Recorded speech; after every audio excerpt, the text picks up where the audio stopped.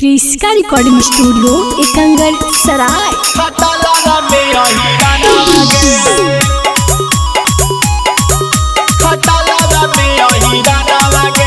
DJ Kundan राज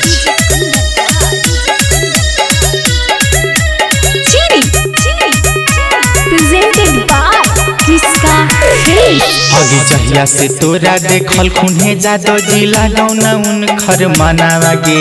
जहिया से तोरा देखल खुने जादो जिला गौना उन खर मनावा गे। आगे घंटे घंटे खोजा हो छौरी खटाला में अहिरा नावा गे। आगे मिनटे मिनटे खोजा हो छौरी खटाला में अहिरा नावा गे।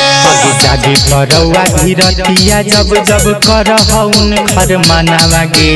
जागे करौआ धीरतिया जब जब करह उन खर मनावा गे। आगे घंटे घंटे खोजा हो छौरी खटाला में अहिरा नावा गे। आगे मिनटे मिनटे खोजा हो छौरी खटाला में अहिरा नावा गे। खटाला में अहिरा नावा गे।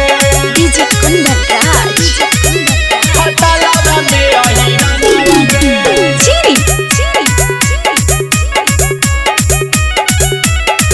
आगे घंटे घंटे खोजा हो छौरी खटाला में अहिरा नावा गे। आगे कल खुने 12 गो भैंसिया छौरी उ तो 100 जगे।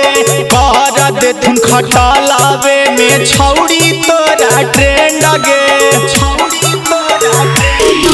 आगे कल खुने 12 गो भैंसिया छौरी उ तो 100 जगे। कहरा देथुन खटालावे में छौरी तोरा ट्रेंड गे। हिल जैतौ इंस्टा पर छौरी तोरो नामा मागे।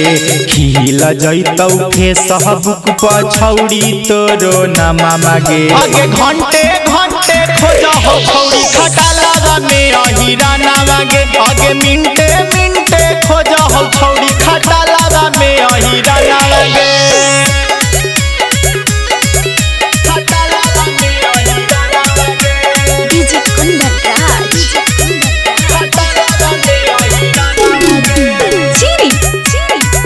क्रिस्का रिकॉर्डिंग स्टूडियो एकंगर सराय। आगे घंटे घंटे खोजा हो छौरी खटाला में अहिरा नावा गे। आगे रतिया बिरतिया करी दे हखुन छौरी उता कांड गे।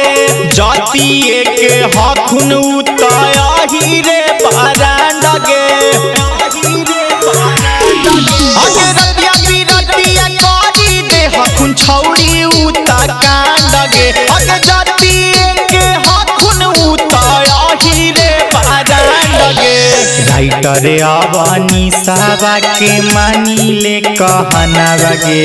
प्रेमी रजनी सावा के मानी ले कहनावा गे। आगे घंटे घंटे खोजा हो छौरी खटाला में अहिरा नावा गे। मिनटे मिनटे खोजा हो छौरी खटाला में अहिरा नावा गे। क्रिस्का रिकॉर्डिंग स्टूडियो एकंगर सराय।